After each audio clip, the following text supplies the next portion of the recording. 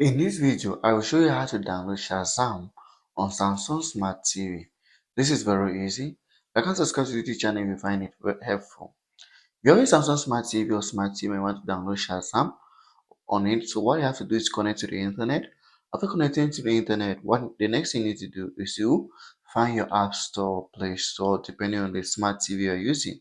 In this case, it's a Samsung Smart TV. So once I come over here, here's my app store. So I'm going to launch my app store. And once I'm here, I can go straight to the search box to search that Shazam app, or I can come to home and come over to apps and then just scroll here where I see the Shazam app and I click on Shazam. Then I go ahead and click on download. Once I click on download, Shazam is going to be downloaded to my Samsung Smart TV and installed immediately. And that's how to download Shazam to your Samsung Smart TV or Android TV without Google Play Store. Like and subscribe to the channel if you find this video helpful.